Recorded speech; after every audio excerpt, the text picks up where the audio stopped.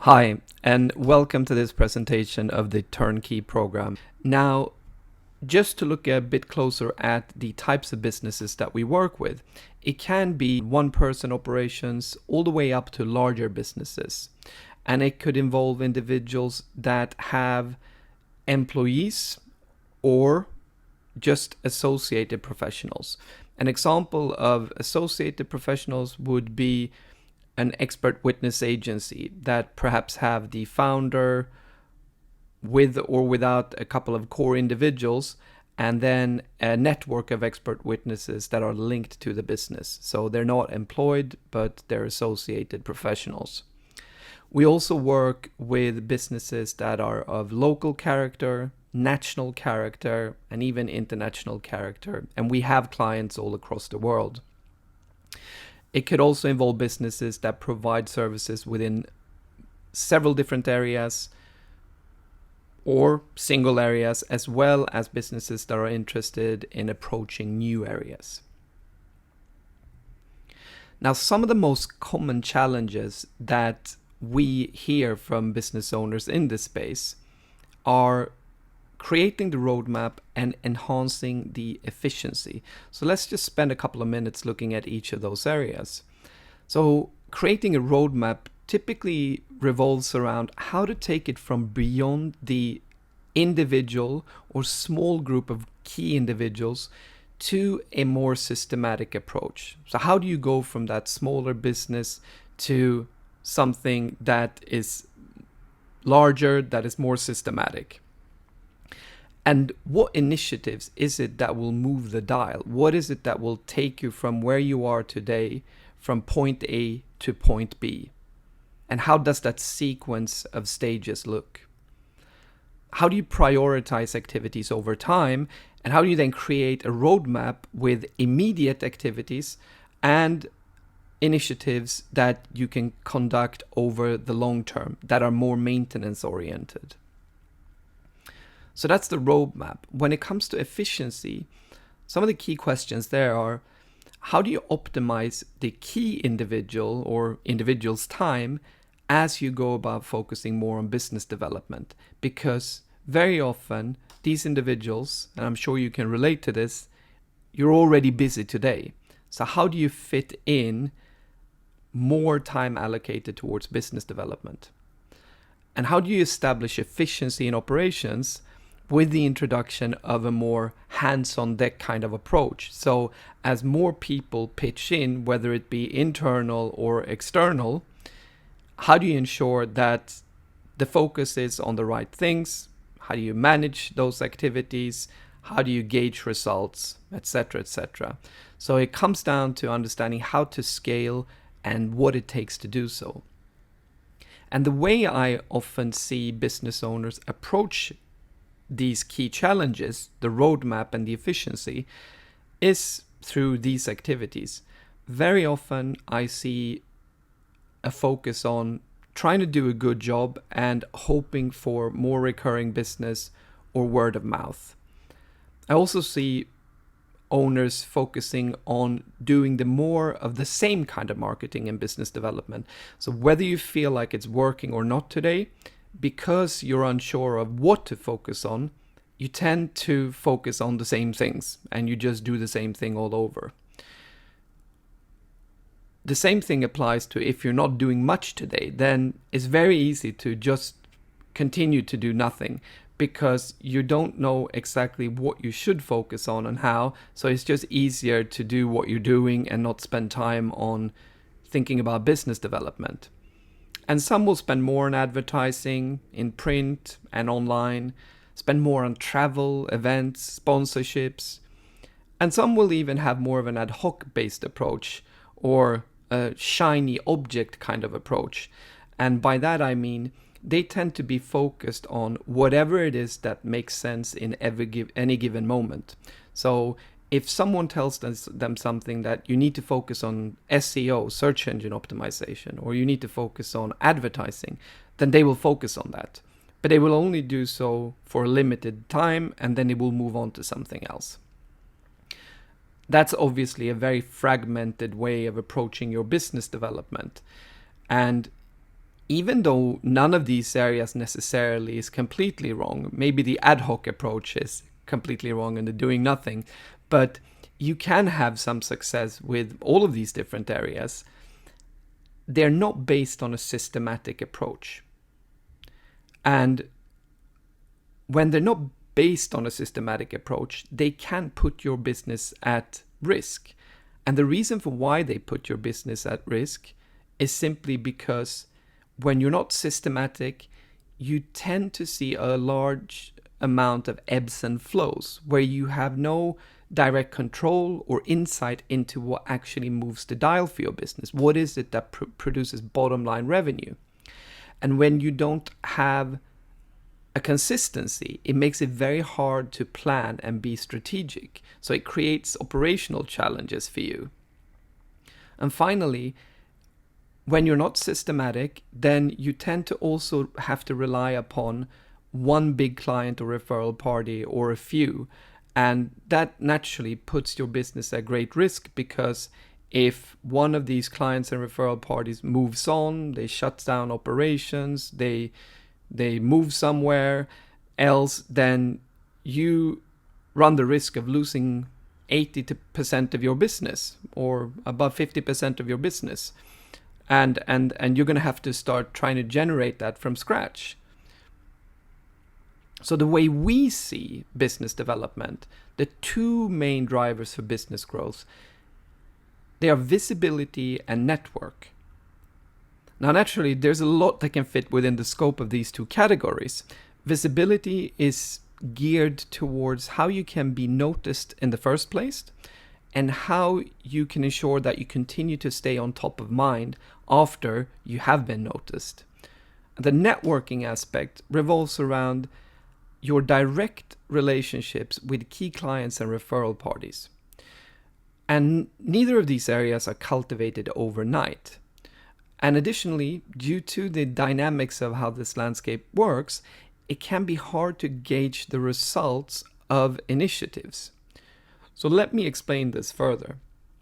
What I'm talking about here is something called the delayed feedback loop. And by that I mean initiatives will rarely generate immediate results, especially in the context of relationship building.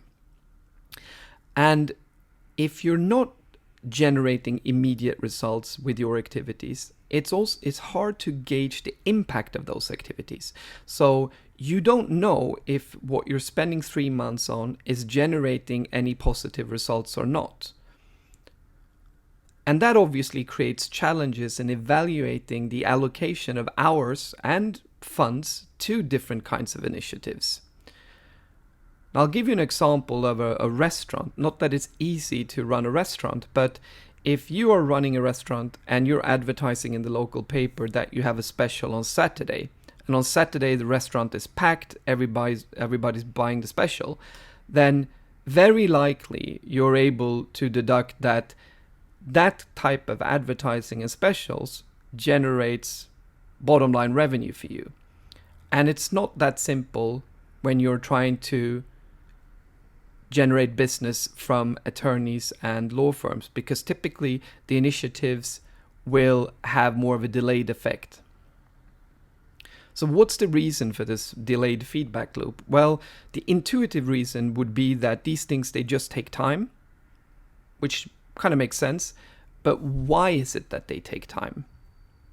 Well, let me introduce you to two key concepts: incremental growth and plateauing. Now, incremental growth is focused on the fact that the initial part of your growth curve or your initiatives curve isn't that steep. It's actually more flat. And then it starts to accelerate. So it's kind of similar to when you're investing. If you're investing, you're putting $100 into an interest-bearing account. Now, these days, you don't get a lot of interest, but let's say that you get 5% interest on this account. Then, after a while, the amount will be 105, and the interest will be calculated on the 105 amount, not the initial 100. And like that, it continues. So this is why you tend to see very limited results initially, and then how the curve after a while goes exponential. And the same thing applies to your business.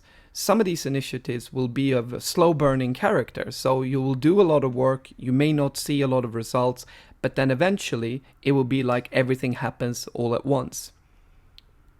Plateauing means that at certain stages in your business, you will have to up level. And that could be a question of time, but it can also be a question of operations. Do you need to hire more people? Do you need to do things differently? Do you need to improve your processes and your operating procedures, etc.? And very often it's a question of both time and how the operations are run. And naturally, I'm very well aware of the fact that as an owner or key decision maker, your time is limited. And business development and marketing is rarely at the top of everybody's list to do, which makes it kind of difficult because it doesn't give you enough time to map and understand the dynamics of your business. How have you generated revenue? Why have you generated that revenue? From whom? Etc., etc., etc. And then based on the mapping, also map out the future plan that makes sense and then go about executing that plan. So the way things tend to end up is with a more fragmented approach. And a fragmented approach is really the opposite to how you want to approach your business. It's much more effective to have a holistic and coherent plan. That's the preferred way. So, granted that you can obtain short-term results with isolated efforts, but they will still be isolated and fragmented efforts.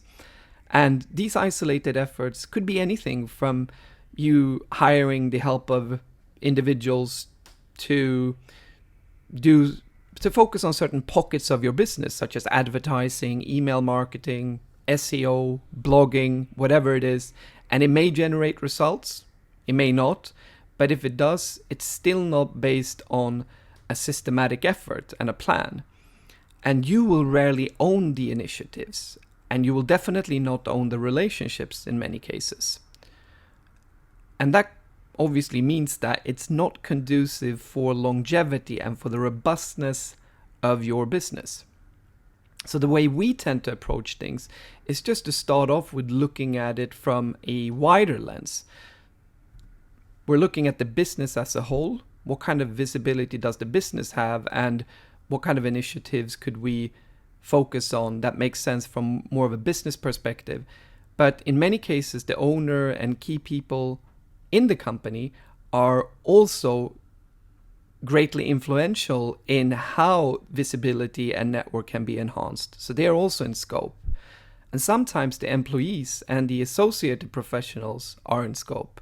So there's no priority order here between the three of these. They're not always in scope. Sometimes they are. But irrespective of it's 1, 2, or 3, it's the sum of everybody's efforts that will tend to move the dial.